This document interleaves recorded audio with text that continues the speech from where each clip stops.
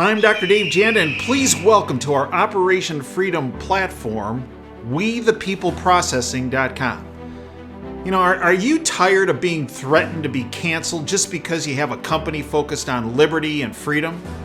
Well, worry no more, folks. WeThePeopleProcessing.com is your go-to merchant services, freedom-based company to provide business service payment solutions. We the People Processing provides their clients a cancel culture-free platform which is domestically based. They provide competitive rates, no contracts with next-day funding, a fully vetted and like-minded financial infrastructure, and full support for integrations, implementation, and e-commerce efforts. Bottom line, WeThePeopleProcessing.com focuses on defending your company's free market growth, values, and future. Check them out at www.WeThePeopleProcessing.com. Once you're on the site, enter in password Operation Freedom or call 855-499-2024. That's WeThePeopleProcessing.com. Then, when on the website, enter Operation Freedom as your password or call 855-499-2024. Mr. President-elect, go ahead. Can you say Asking a categorically, question. Mr. President-elect, can you give us a question? Don't be You're rude. attacking us. Can you give us a question? Don't be rude. No, I'm not going to give you a question. I'm not going to give you a question. Can you state categorically? You are fake news. Sir. I'm Dr. Dave Janda. Welcome back to Dave versus the MSM. I'd like to thank you for joining me today. And it just doesn't have to be today you join us. You can join us 24/7 at davejanda.com. Extra shows, extra content, extra interviews, all the archives to all of our shows. In addition, we have a public site at davejanda.com with extra shows as well. All there for you. In fact, our Operation Freedom briefing that we have done for years on our YouTube, or what I call YouTube channel, well, you can't go into depth anymore because, the censors just don't like it. So we've moved Operation Freedom Briefing every Tuesday, and it's posted by 10 a.m. Eastern at davejanda.com. It's free. It's on the right-hand side. Also, our radio show, which is from 2 to 5 Eastern every Sunday, can be listened to free. Now, if you want the podcasts of the show and the archives, that's on part of the subscription side. Very, very, very, the information's priceless, and it's a very, very small cost. But the show is live, and it's free every Sunday, 2 to 5. Go to davejanda.com, hit the Listen Live button. It takes you to the Wham Talk 1600 streaming service. Hit play, and you're with us. Great guests, great analysis. Now, today, our topic is going to be the Federal Bureau of Informants. Not the Federal Bureau of Investigation. It has morphed into the Federal Bureau of Informants. Let's just, we all went through the 4-year goat rodeo of the fake Russian collusion hoax that the FBI was integrally involved with. They were tainted immensely in a negative light by that 4-year lie. We then were treated to watching them try to railroad and frame General Flynn through their efforts. That also failed. And then let's not forget, this same Federal Bureau of Investigation was AWOL. Yeah, the FBI was AWOL when it came to what was transpiring across our country last summer. They weren't around. They just let it happen. All those, incendiary events that harmed millions of Americans because their businesses were destroyed, their homes were destroyed, their shopping centers were destroyed, their infrastructure was destroyed, and the FBI just sat around going, let's go play golf. Or, hey, let's frame somebody. Yeah, let's run a scam. And when they weren't doing that, how about this? They were just taking a little of this. OIG, Office of Inspector General, the Department of Justice, Horowitz, Findings of misconduct by senior FBI official for having unauthorized contact with the media and accepting unauthorized gifts from reporters. This just was reported last week. The Office of Inspector General released its findings of misconduct by a then senior FBI official for having numerous unauthorized contacts with the media and for accepting unauthorized gifts, plural, from members of the media. A senior FBI official had numerous unauthorized contacts with members of the media between January and November 2016 in violation of FBI policy. Well, their policy has actually been focusing on the utilization of informants to entrap people. How about this one? It was a setup.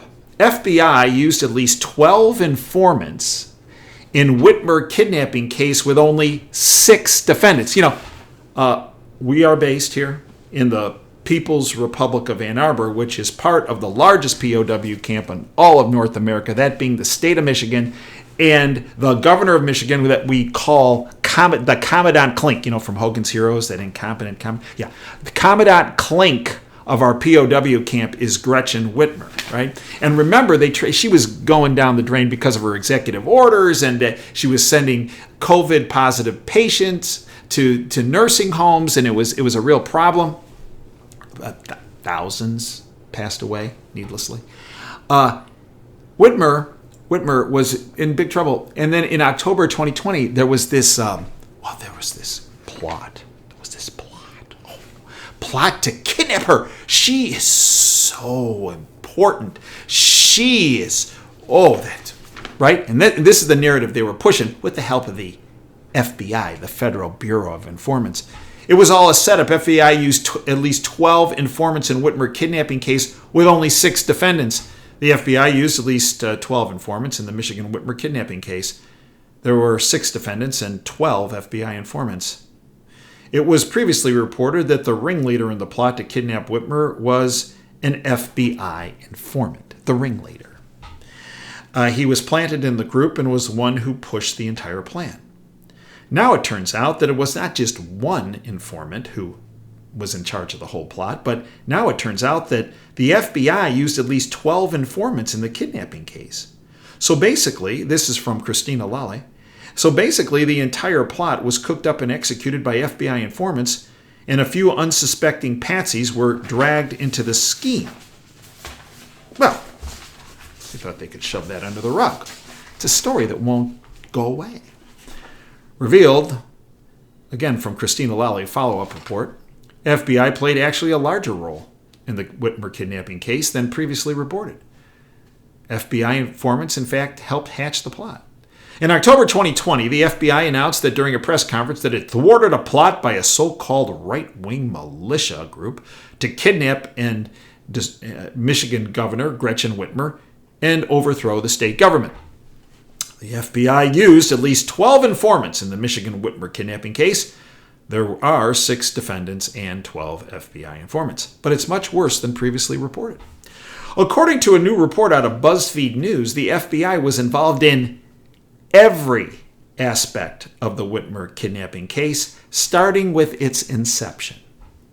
FBI informants agents actually helped hatch the kidnapping plot, which means there would be no conspiracy case without the FBI. One FBI informant organized all the meetings early on and paid for hotel rooms and food to entice the patsies. And then this hit this week. FBI agent in the Whitmer case, kidnapping case, has now been arrested for a domestic incident with his wife. But, like a good globalist, he was released on bond. An FBI agent in the so-called plot to kidnap Michigan Governor Gretchen Whitmer was arrested for a domestic incident with his wife and then released on a $10,000 personal recognizance bond. FBI Special Agent Richard Trask, 39, of Kalamazoo, was charged with assault with intent to do great bodily harm less than murder following a domestic incident with his wife. He was released on a $10,000 personal reconnaissance bond following an arraignment in an 8th District Court in Kalamazoo and faces a charge punishable by up to 10 years in prison. His arrest comes at a critical juncture in the criminal case against 5 men charged in federal court with plotting to kidnap Whitmer.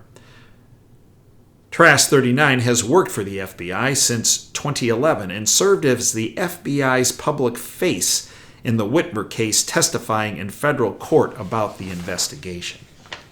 Now, the person that was in charge of the Detroit or the Michigan Bureau of the FBI, right after this whole kidnapping goat rodeo, and before it was determined that it was hatched by the FBI, guess what? That person was promoted to a position where? In Washington, D.C. Just in time for the beginning of this year, in January of this year. This from Greg Greenwald, great reporter, investigative reporter. FBI using the same fear tactic from the first war on terror, orchestrating its own terrorism plots. Questioning the FBI's role in what happened in January of this year in, that little place by the Potomac. I can't say it, otherwise, you don't know what, that place on the Potomac was maligned by corporate media as deranged, but only ignorance about the FBI or desire to deceive could produce such a reaction. Glenn Greenwald saying this. In particular, the FBI's ample history requires a serious investigation into the role it may have played in knowing about and or encouraging what happened in January of this year around the Potomac. As I documented in my own reporting on this question, Greg Greenwald states, there is ample evidence to believe that the FBI had informants embedded in at least 2 of the 3 key groups, it says, were behind that situation that occurred around the Potomac in January. Does this sound familiar to what happened here in Michigan? Yeah, I think so. As I noted at the time, most of the corporate press spewed contempt and scorn on these questions because what happened in the beginning of January has become a situation that carries virtually religious importance to them, and their reverence for the U.S. security state makes them resistant to any suggestions that the FBI may have acted deceitfully. An utterly bizarre mindset for U.S. journalists to possess. But such is the state, the liberal sector of the globalist sector of the corporate press is today.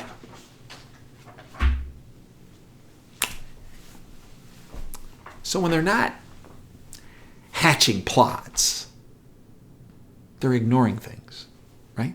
They're AWOL, as I mentioned, and what transpired across our country last year, that mayhem. But then there's this. FBI ignored Olympic gymnast sexual assault allegations, then lied to cover up negligence. This from Zero Hedge.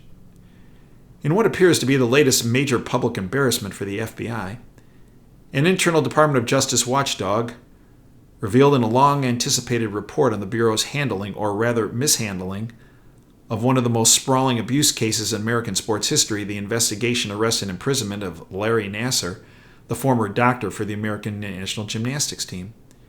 The Inspector General's report detailed multiple failings of the FBI and the FBI's investigation's response to the gymnast's complaints, which were first brought to the attention of Indianapolis field office of the FBI on July 28, 2015. There you have it. The Federal Bureau of Informants,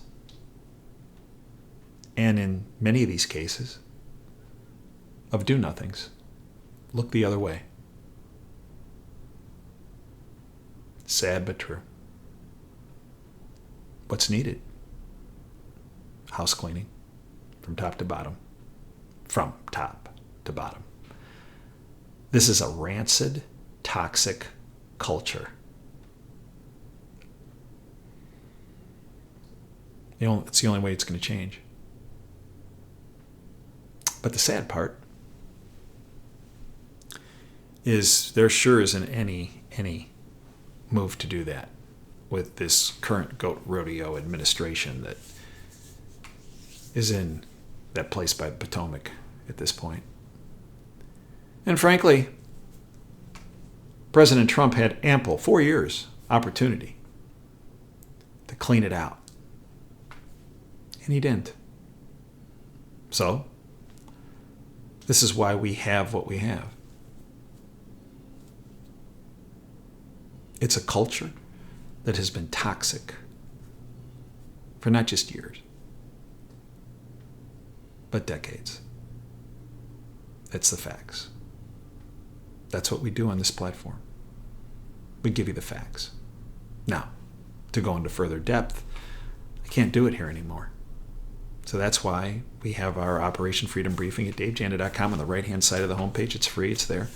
And that's why we have our subscription service with extra shows, extra content, incredible depth, information you need to know that you will not get through the bought-off lamestream fake media. I hope you become part of our freedom family. Until next time, Dave Janda signing off. Dream big and dare to fail. Thanks for your time today.